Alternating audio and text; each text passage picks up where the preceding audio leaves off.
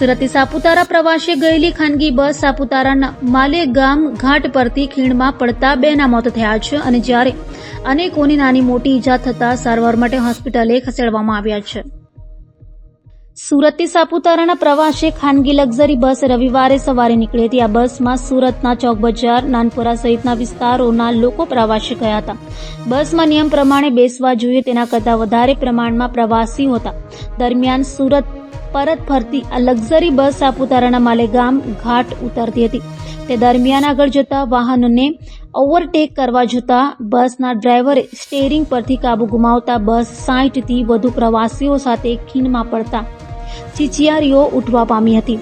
ત્યાંથી પસાર થતા વાહન ચાલકોએ તરત જ બચાવની કામગીરી હાથ ધરી હતી અને કોઈએ 108ને કોલ કરતા તે પણ પહોંચી હતી, જેમાં ઘાયલ થયેલા 40થી 45 લોકોને નજીકની તથા સુરતની હોસ્પિટલમાં સારવાર માટે ખસેડવામાં આવ્યા હતા. ત્યારે આ ગમખ્વાર અકસ્માતમાં સુરત ગોપીપુરા મોમનાવાડ ખાતે રહેતા બે સગા ભાઈ બહેન 7 વર્ષીય અતીફા અશફાક શેખ અને 3 વર્ષીય અશફાક શેખનું મૃત્યુ થતા શોકની કાલીમાં છવાઈ જવા પામી હતી.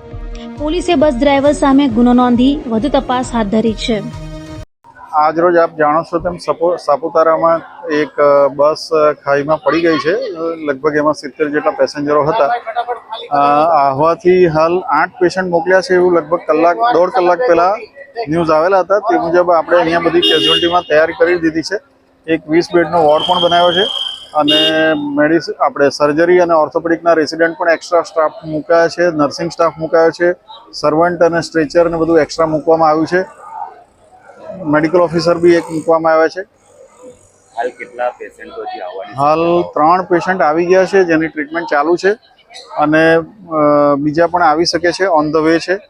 અને જે તે સમયે 8 પેશન્ટ મોકલ્યા પણ ત્યાર પછી પણ જેમ જેમ નીકળતા જાય તેમ મોકલી શકે એવી શક્યતા છે, જેના માટે આગોતરા તૈયારી અહીંયા કરવામાં આવી છે. વધારાનો સ્ટાફ પણ તૈનાત કરવામાં આવ્યો છે અને તમામ પ્રકારની વ્યવસ્થાઓ રાખવામાં આવી છે.